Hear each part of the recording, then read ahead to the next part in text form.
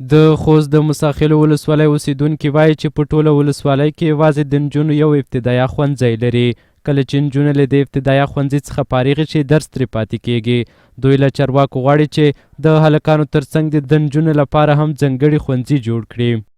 په مساخیلو ولسوالۍ کې متاسفانه چې د یوه متوسطه لرو د زوړ کوټ په هغه کې چې د زوړ کوټ د نسوانو په نومادو نور داسې مکاتب اوسې الحاقیه صنفونه لرو د نجونو، خو متاسفانه چې موږ سره ولایتي یا د حکومت کومک نه دی کړی چې نجونو مکاتبو کې کومک څه کړی وای.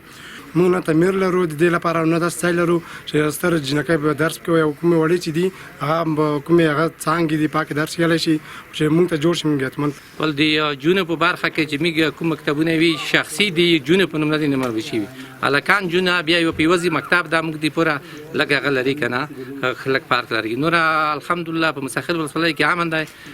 د مساخیلو ولسوال ګل قیوم قیومي د سیمې د اوسیدونکو یاد ستونزه مني، خو وایي چې دوی پر یو پلان کار کوي چې د هلکانو ښوونځي پاس له وخته د نجونو لپاره ځانګړي کړي. موږ کاملا په دې برخه کې کار کړی دی او کوي. تاسو ګورئ عملاً په مساخیلو ولسوالۍ کې 14 د اقرا برنامې لاندې ښوونځي روان دي چې په دې کې یو د نسوانو متوسطه لیسه ده زوړ کوټ کې، او همداراز دغه ښوونځي چې تعمیرونه یې جوړ شي ګټه اخیستنې ته وسپارل شي. موږ پلان لرو چې په دې کې باید نرینه او ښځینه د وخت مطابق باید زده کړې ترسره کړي.